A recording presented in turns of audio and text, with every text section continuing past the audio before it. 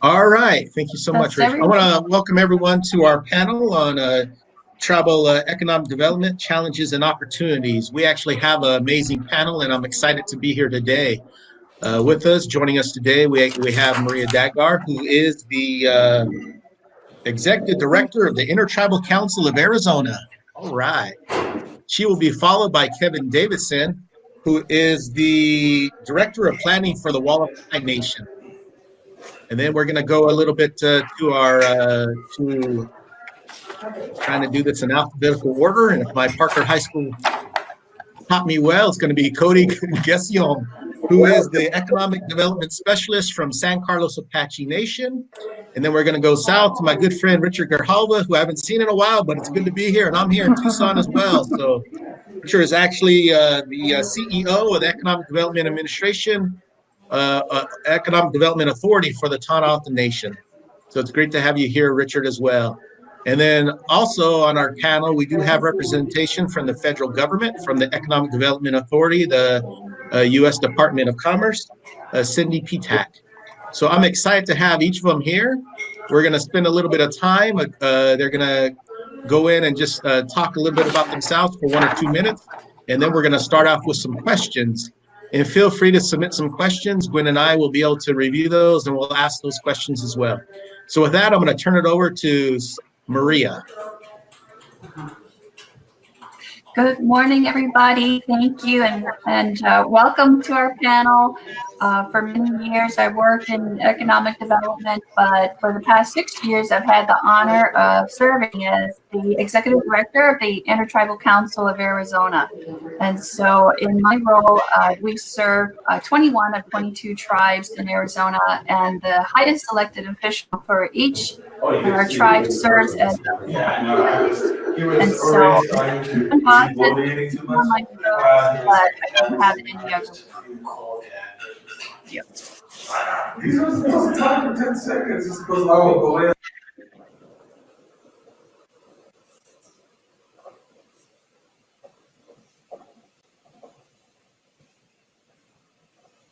Hi, Levi. Okay. Yeah, I think we were having some feedback. Gwen, thanks for muting your camera or your microphone. Okay. Are you done, Maria? I couldn't hear the end, but Gwen, you need to turn off your microphone. Okay. What? I mean, Levi, when you just wanted a brief intro? Yes, and then we're going to go into the questions. Okay. Are you going to ask me the question? So the question I have for you, Maria, is, and it'll be for every panelist, this very first question. COVID has offered a lot of different challenges and obstacles, but what are some of the challenges and what are the opportunities you've seen that tribal nations can do when it comes to community and economic development?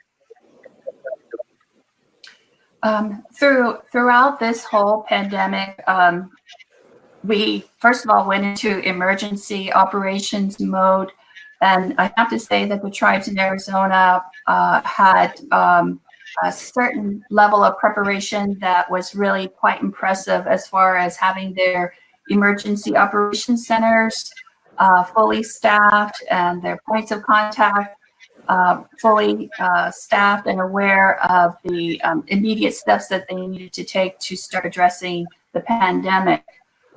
Some of the areas of vulnerable that were where we showed more vulnerable situation were around the types of economic development that tribes in Arizona tend to go toward. And so, for example, we're heavily involved in tourism here in Arizona. And so with tribes having so many investments in the tourism industry, gaming, hotels, restaurants, spas, these types of business operations did take a hit during the pandemic, and tribe leaders stepped up and made some very difficult decisions without a lot of national leadership or national guidance. And so tribal leaders came together and made the decisions to shut down their operations. People may think that that really only impacts the tribe itself, but you have to remember that our tribes, our casinos, they are many times the largest employers in the counties where they reside. And so the opportunities we saw were really how tribal leaders came together, stood shoulder to shoulder, made very difficult decisions without a lot of national guidance. And then we realized that we really need to start looking at some more long-term investments, perhaps tribal energy, energy development, some of the more longer-term investments, and you know, things like restaurants, hotels. They're very important, but they were very vulnerable during the pandemic. Thank you. Thank you. Next up, we have Kevin. Kevin, would you like to say a few words of introduction and also answer the question? Yep. Sure, indeed. This is Kevin Davidson, my Tribal Planning Director. I've been out here for about 8.5 years. I have been in the planning profession for some 25 years. Although Wallapai Tribe did take a fairly good hit with the COVID event, we closed down operations at Grand Canyon Resort, which is the restaurant, the skywalk, the river runners. For about 2.5 months, we opened up in June, and still we've seen like a 70% decline in revenue over the last several months. In fact, the opportunity, though, is that we currently have in negotiation a solar power grant with DOE. And they're sending out a request to reduce the tribal match, and we can prove that we can reduce the tribal match in good faith, given the fact of our loss of revenue to make that $1.3 million match. So there's an opportunity there that we can probably get by with maybe 25% on the tribal match for this 1 megawatt solar array at Grand Canyon West. So going into energy, we've been working also on a power line to Grand Canyon West, some $15 million, 35 miles, 69 kV line. But the solar array is kind of coming in as a backup plan. And the solar array actually might be built first. Again, with the tribal match reduction request or opportunity with DOE, we can make that work. We also are trying to diversify. We realize that we put all of our eggs in one basket, the tourism basket. So we have some tribal entrepreneurs looking to do their own thing on the reservation. So we're entertaining some development in, shall we say, the hemp and cannabis world. So we're looking at that as an alternative to just the tourism trade at Grand Canyon West and here in Peach Springs.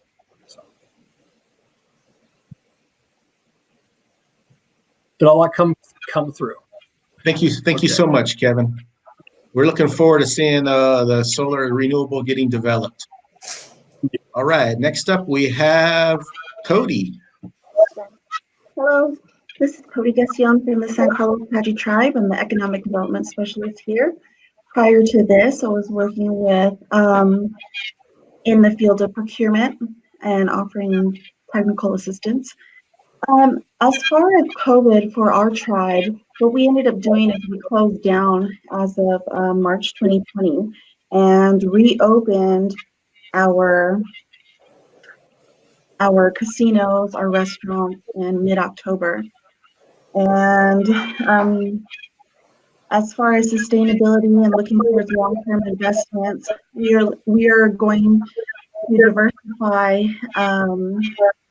and going green, looking into solar and renewable energy.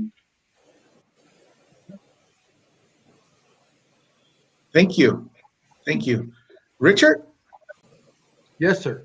Would you like to just do a quick introduction and also answer the question as well as what your tribal nation is doing to given those challenges and opportunities that COVID has presented to us? Yes, I will.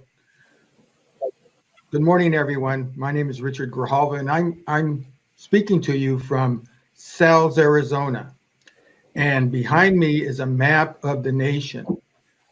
To give you an example of what we have to deal with when it comes to economic development, if you went from east to west on the nation, and you were going 75 miles an hour, it would take you 4 hours to go from east to west. From north to south would be the same thing. We're bigger than the state of Connecticut. And we have a roughly 75 to 100 miles along the Mexican border. Economic development is very unique, and the challenges are very unique on the Tohono O'odham Nation. Rural economic development, more rural than you've ever probably faced.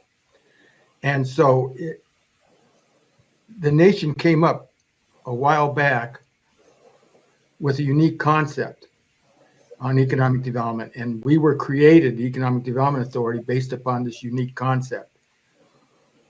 We not only assist the various districts in the nation, which there are 11, and the nation itself and individuals, but we also run a business for the nation. We own shopping centers, office buildings. We have one in Queen Creek, veteran community outside of Phoenix. So we do a little bit of both. We offer assistance, and we also run our own business. So therefore, when the pandemic hit, we could not shut down. The nation shut down, but we could not, because we're a business and we are subject to the things that go on in our real estate development. So we were open as the rest of the business was closed. That was a challenge in itself. Now, a little bit about myself. I come from Tucson. I'm a fourth generation Tucsonian. So I drive to sales every day, and I've gone through 3 trucks so far, and I'm on my 4th. The fact that the pandemic has hit, and the fact that we're meeting virtually, in itself tells you about the situation and the problems we're facing. So I've been instructed to come up with a new plan, a new way of thinking, because once the pandemic is under control, it's not going to go away, but it's going to be under control. What's going to come up next? So they've asked me to look, and I believe that paradigm shifts are going to have to take place. I'm going to go back and look at my blueprints that I put together for strategic plans and rework them. Look at the paradigms that are ineffective, throw them away, and come up with more effective paradigms to handle the new situations that we're going to be facing. I believe the old ways of thinking are not going to be effective in my environment. The goals are still going to be the same, but the road to achieve those goals are going to be different. And so that's what we're going to be doing. We're going to be looking at paradigm shifts. Thank you so much. Thank you, Richard. Cindy, do you want to do a quick introduction and also answer the question as well? Yes, thank you. Thank you, Levi. First of all, Levi, I just want to thank you for fitting me into the panel today. I know it was last minute, but first and foremost, just to give a little bit background about myself, I am the new economic development representative for the state of Arizona, and I'm representing the Economic Development Administration. I have come here from the Federal Highway Administration. I worked in Washington, D.C. for a dozen years. And for a good amount of my career there, I became immediately engaged in the issues surrounding Indian country as it relates to our federal programs and federal funding, and ultimately ran the Office of Federal Lands Highway Tribal Transportation Program for about 7 years. So I've traveled extensively in Indian country, and in particular, I've spent a lot of time in Arizona. At some point in time, I was traveling 50% of the time, and much of it was here. So while I have really just moved to the state within the last 30 days, my orientation in Arizona is really through Indian country. My references are that. I've had the opportunity of working with the Intertribal Council, for example, and many of the tribes here. Part of what my goal is here today is to suggest, at least for me, COVID is an opportunity because it really is what brings me here. And I'd like to think it was an opportunity for all of us because it is the first time that the EDA has had a presence in every single state. And in that regard, I think what we're starting to see is that representation matters. Where we're most invested is where we see the resources. And in just the few months that I've been here, I've had the opportunity to begin to cultivate relationships such that we're starting to see now some tribal applications move before our investment review committee so that we can really start to see funding flow through Indian country in the state of Arizona. Obviously, we are a funding agency. We're a big provider of COVID relief funds. I've given a few presentations on what we're able to do as a grant-making institution. As Indian tribes, as tribal governments, you are eligible to receive 100% of the federal share.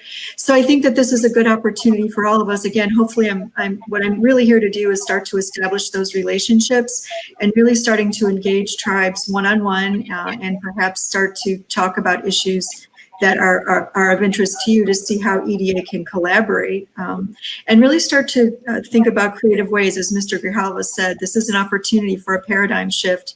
Things aren't going to go back to the way they were. I'm not sure that any of us are really looking for that to happen anyway. So, if we could just look at COVID as an opportunity and see how we could collaborate and partner to see how we could move the needle forward in some of the issues that are important to you.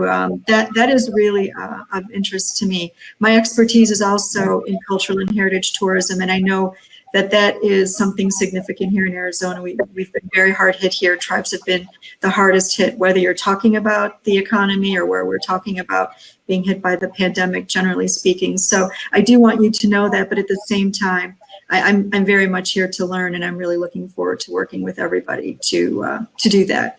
And so perhaps afterward, I'll be working with NAU to get a good contact list. I'm sure my contact information is provided here as well, and I'm really looking forward to engaging with you. Thank you, Levi. Thank you. With that, we do have some questions. The very first one is will probably be for everyone in the panel. If you have an opportunity, feel free. Regarding this paradigm shift, what are you doing to support tribal entrepreneurship? I guess I'll take that since I brought up paradigm shifts. Go ahead. Go ahead. Go ahead. We'll go Richard first, and then Maria. Okay. First of all, the philosopher George Bernard Shaw once wrote, "America and England are two countries separated by a common language." Key there is separated. And ED, it's the same thing. Economic development is all around. But if you ask 10 people in economic development, what is the definition of it, you'll get 10 different answers based upon your objective. My objectives, my goals are dictated by the charter that developed us. There was 3 goals, and they developed EDA based upon that. So my objective is based upon those goals. Somebody that works for the federal government may have a different goals with their economic development. And so that's very hard that when you go out into the community, like I do, to assist them, they have a different perspective of what they want. Some of it is immediate gratification based upon what the casinos produce. Economic development is not like that. It doesn't provide immediate things. So going out and determining what is the best way is complicated. It really is, because everybody has a different idea of how to achieve their economic goals. So my crystal ball, looking at the immediate future, once the pandemic is under control, is to become aware of what works and what doesn't work, and put that into a blueprint of measurable objectives to reach those goals. They have to be measurable. Too many people go out there and say, we're going to do this, we're going to do that, and it goes by the wayside for one reason or another. So people say it isn't going to happen. I'll give you an example of that. We have a shopping center out here in Sal's. When I first came aboard, we went to the communities and asked them what would they like us to do at the shopping center. a gentleman, an elder of the tribe, came to me and said, Richard, I've heard your talks from different people for the last 5 years. I'm probably going to pass away before I see anything done that needs to be done. A year later, he came and shook my hand when we had the grand opening of the new shopping center. He said, it can be done. If you listen, it can be done.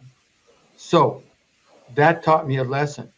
Different perspectives of different people, but they all want the same thing. They want a measurable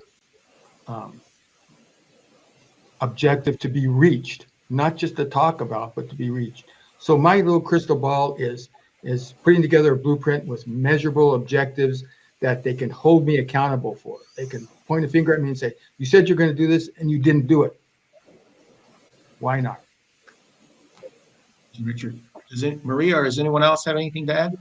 We do have other questions as well. I'll just quickly jump in and say, you know, as tribes and as tribal nations, we've been responding to federal policy for 200 years plus. And so, so much of what we can do economically has to do with federal policies that have regulatory control over some of the things that we might want to do or might want to try. And so I didn't mention earlier, but through the Intertribal Council of Arizona, which is a 501c3, and we operate federal grants, we have established a new sister organization, the Intertribal Association of Arizona, which allows us to advocate. And so through our tribal leaders, during this whole time, we've been advocating with federal agencies to remove some of the regulatory barriers, to help find ways to increase investment. I believe Kevin mentioned the reduction in the cost share with the Department of Energy, Office of Indian Energy. Those kinds of things take letters and campaigns behind the scenes to help promote. And so we switch back and forth between both organizations through our 501c3. We do have an Economic Development Administration grant, which is, and we have COVID monies that will allow us to spend the next year working with tribes in Arizona to develop tribal economic development resiliency plans. And so we feel that that's going to help diversify economies. And then lastly, I'll just say that Cody and I worked many years ago together at the National Center for American Indian Enterprise Development. The founder of that organization, he's passed away now, but David Lester, he used to teach us that the key for economic development on tribal lands really is entrepreneurship and individual Indian-owned businesses. And so there's training. We need to have more federal agencies partner with tribes, and as well as local communities, counties, municipalities, and the state to foster entrepreneurship on tribal lands. Alibe, sorry. If I could, when an entrepreneur comes to the tribe, basically I help them guide them through their business development plan and the review. And then sometimes when they have to go to council for that presentation, it kind of helps if I'm there with them to help make that pitch to council, because not everyone is smooth in front of the tribal council, particularly if you're a member of the tribe. So on occasion, I find that some members are intimidated by the council action because they have to determine whether we should move forward or not with the business plan. And if they ask for seeded money, they better have a very detailed business plan to say what's my return on investment like. So myself, the office here, and the Tribal Environment and Review Commission review the business plan prior to going to tribal council. So that's how we help them get that far. Over the years, I've only seen like 2 people go to council because basically they get to a point where they don't have enough knowledge, enough educational background to proceed beyond point A. So again, knowledge and trying to instill some education into the entrepreneurs is important. So I usually refer them also to MCC, Mojave Community College, for a little bit more on the primer to develop to develop a business plan. So that's what we do here. Go ahead, Cody. Just to quickly add how we're doing our tribal entrepreneurship, what we've been doing to push our small businesses forward is providing business technical assistance here within the tribe. locally, and then utilizing our local resources like our small business development centers out of Eastern Arizona College, or any procurement technical assistance centers, whether they're interested in government contracting or maybe just wanting to be a vendor locally within the counties or maybe the state. And so we're going out there and we're pushing our small businesses forward and utilizing those local resources. Thank you. All right, we do have some more questions, so I'm going to get to them, and we'll try to get through them all. The FCC has released wireless spectrum rights to tribal nations as part of a strategy to increase access to the internet.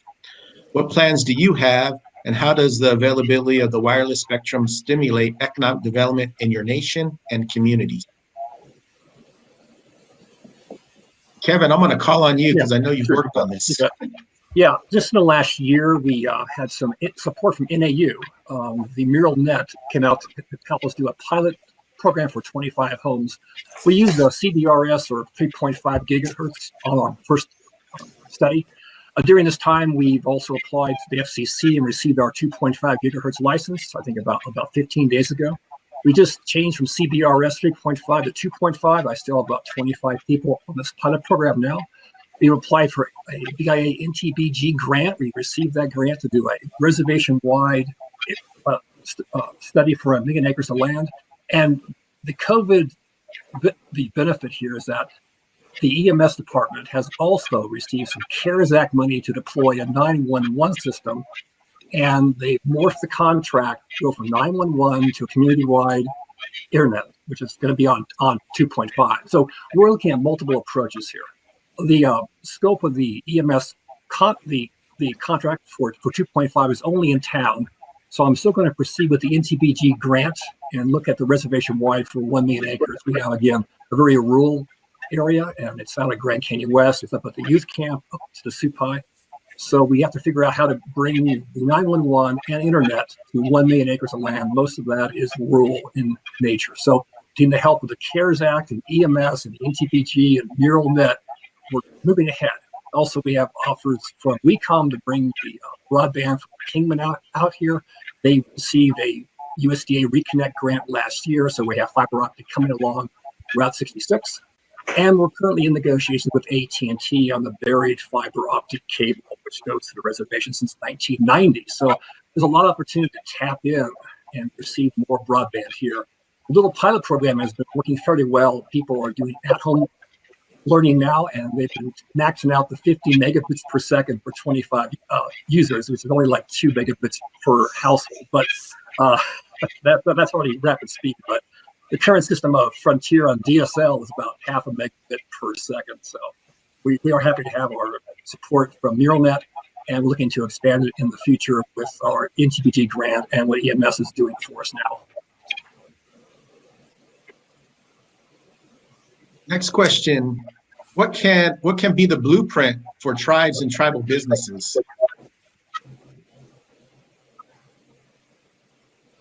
Is that for me? For anyone on the panel. Go ahead, Cindy. I was going to ask if this was in regard to broadband, but I wouldn't mind speaking a little bit about what EDA is doing in the area of broadband development. Please do. Okay. That is probably the single hottest issue that has come out of this pandemic for all of us, is that technology is really what's going to move us forward with regard to economic diversification strategies and access to it. And how do we get there? So we're working very closely with the Department of Commerce's NTIA, which is the National Telecommunications and Information Administration, to really kind of get together and grapple with this issue in Arizona. We're going to be holding a symposium in March, and we're going to be developing a specific tribal track so that we can really discuss this in context of the needs in Indian country, which we know are very different than simply rural Arizona and very different than urban Arizona. So I wanted to put that, and also our EDA grant funds. In order, broadband development is an eligible expense. I wanted to put that out there. And in order to compete for broadband funds, you must have a broadband strategy or broadband plan. So we also fund those, and a strategy grant just to see, not just the development of broadband, but either how do we pivot from what we were doing before, or how do we increase economic capacity as we move through the pandemic toward a post-pandemic environment. So those strategy grants, Maria, that you spoke about are really critical. The feasibility of developing broadband in context of where you'd like to grow and how you'd like to grow are all things that are eligible for our EDA funding and are very consistent with our EDA investment priorities. So at some point I could speak to that in detail, but I did just want to put that out there. We also do have the ability, as Kevin mentioned, there are other federal agencies that engage in broadband development too. And through our economic development integrators, we do have the capacity to bring all of those agencies to the table together to discuss how we might implement something for you. So your plan is cohesive, and you essentially have all the funders at the table. And that also includes banks. The Federal Reserve is another funder, philanthropical institutions. We can kind of be the central point of contact to bring all of those folks to the table, if that's something that you'd be interested in having us do.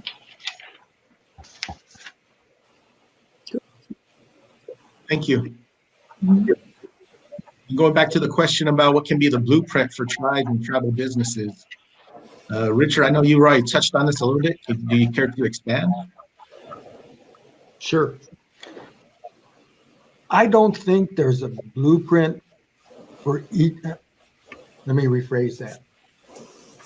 There's a blueprint for an overall direction, and it has to be measurable. I've been involved in economic development off and on for a long time. I also ran my own business, and small businesses are unique. They're unique in their approach. They're unique in the way they make profit, and so there can't be one solution for everything. For example, out here in the Tohono Reservation, we're spread out. So our marketing and looking at whether a business will succeed or not depends upon many factors.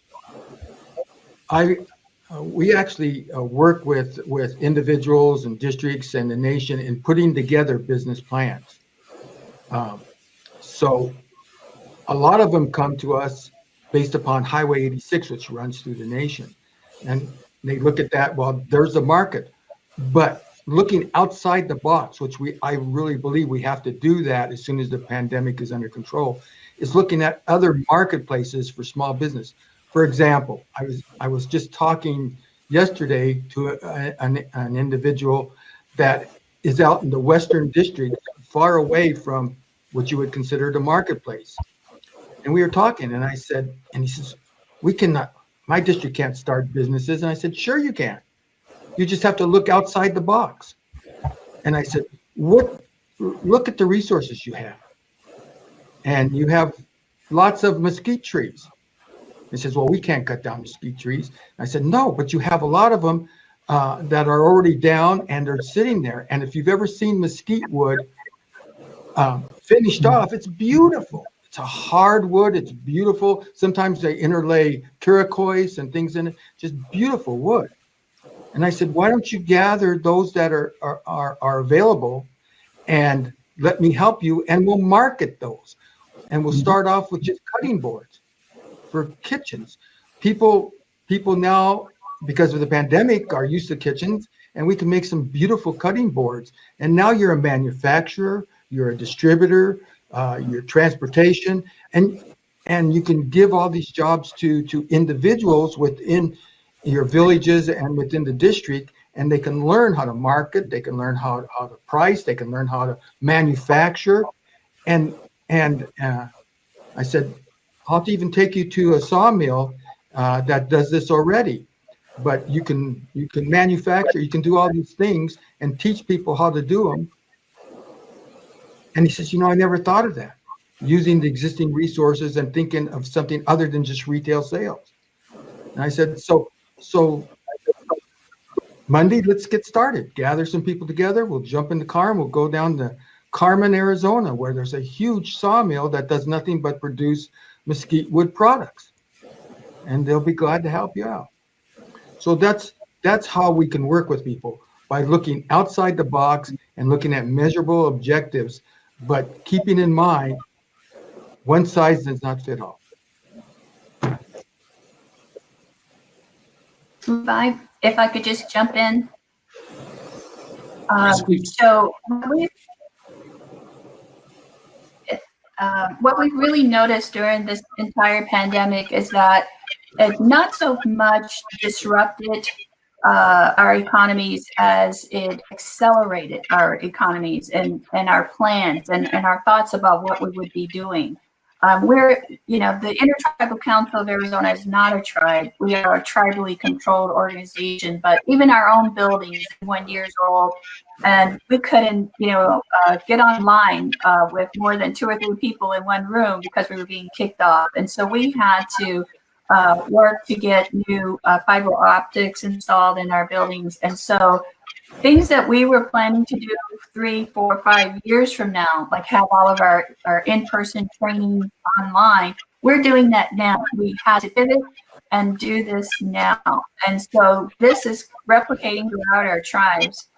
But what we found really still, there are many federal policies that kind of limit what happens on tribal lands. And so tribes in the, I guess around 1970s, tribes shifted towards self-determination and determining their own futures.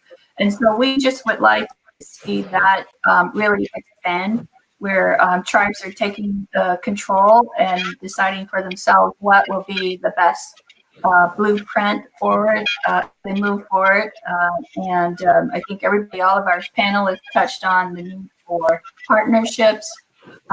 We have also seen that there are just a few rare examples of where tribes are joint venturing. In other words, tribes from different places from across the United States forming business partnerships and going into business together. And so we'd like to see a lot more of that happening as well. And so we'll be working to facilitate some of those types of conversations. And I think Richard touched on the need for even manufacturing. So when the pandemic hit and there weren't enough of the PPE supplies, we had conversations with our Arizona delegation, Senator Sinema, Senator McSally, Governor Ducey.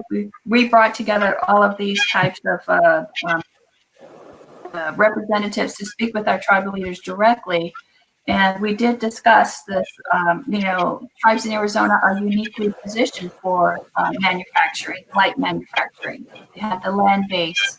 And so we'd like to really work with federal agencies in partnership to help provide some of the training, technical assistance, and funding opportunities to help facilitate some of this moving forward in different diverse areas.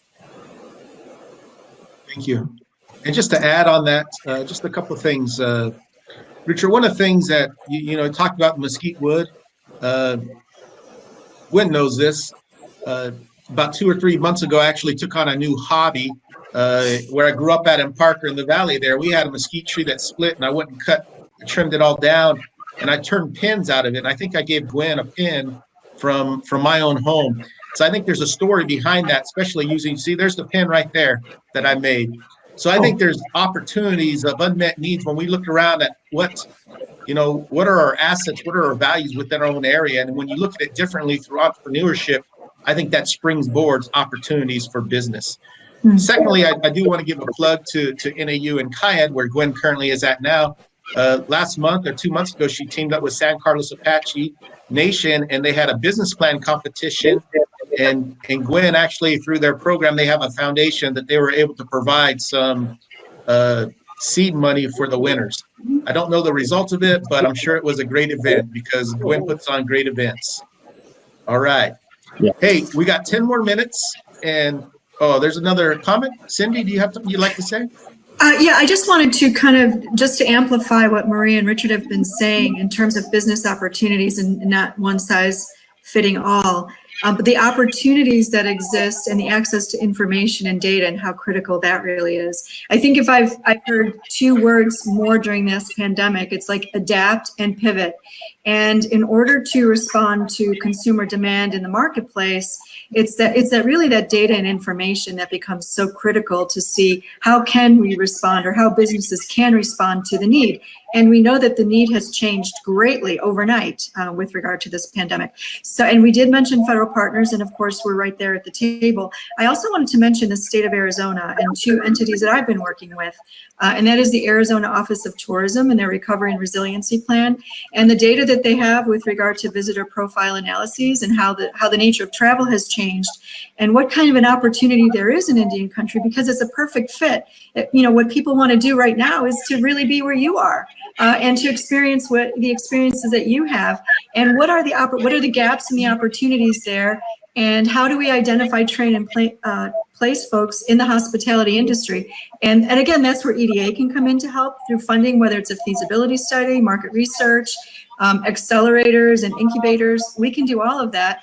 And also with the Arizona Commerce Authority, what are the top sectors? How are those top business sectors performing? How are they shifting? How are they changing? How are they pivoting?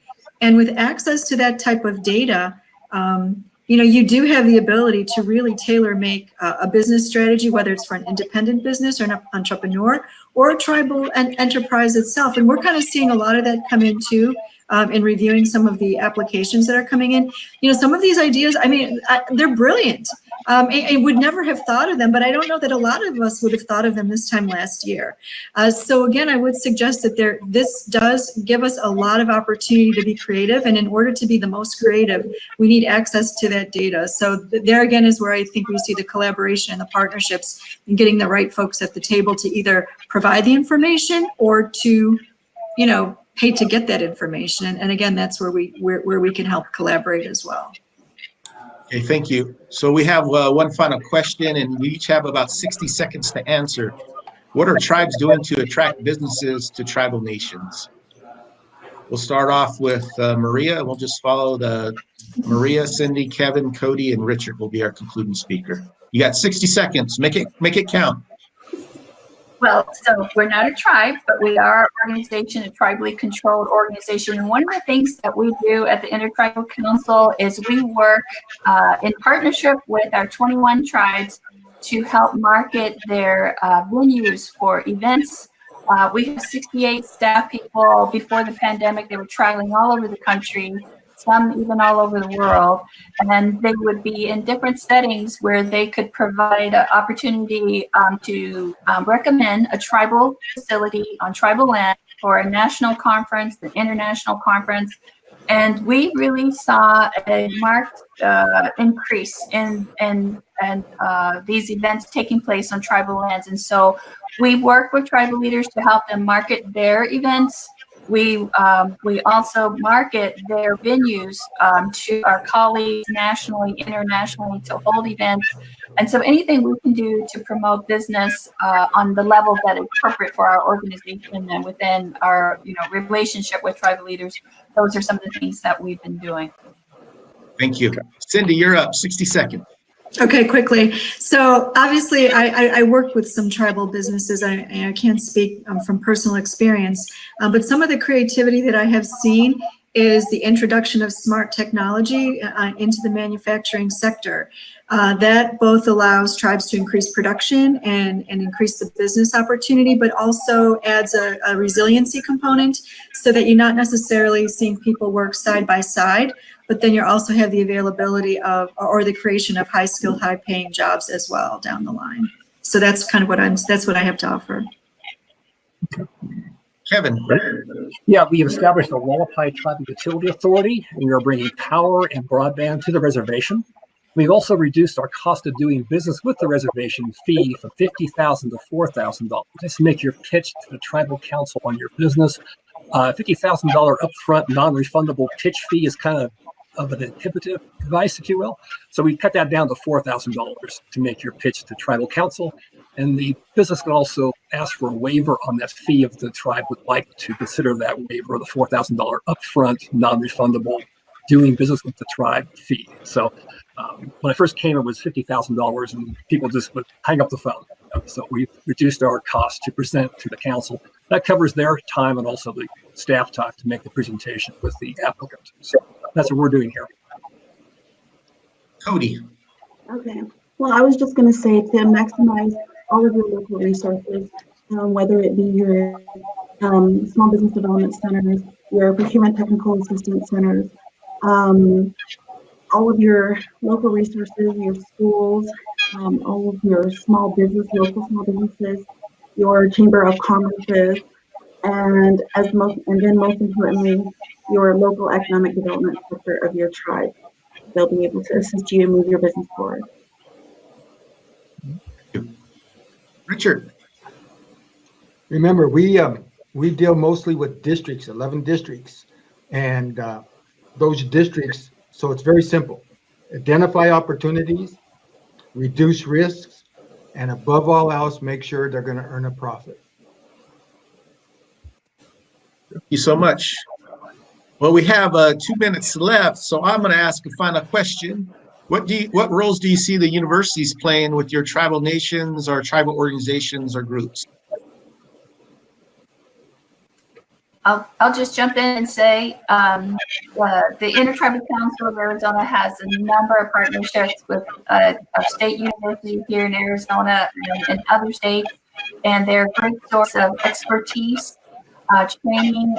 They have a lot of resources in around technology that can be very useful for tribes. And so we appreciate our partnerships with NAU, U of A, ASU, and other universities because of the expertise and access to technology and lots of other resources that we can bring to our tribes.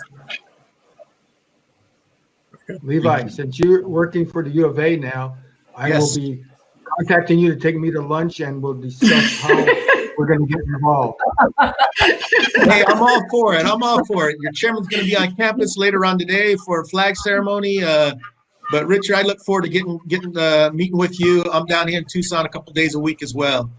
So, and there was a question about the email contact information of the panel. I believe, Gwen, you can send that out to all the participants. Okay.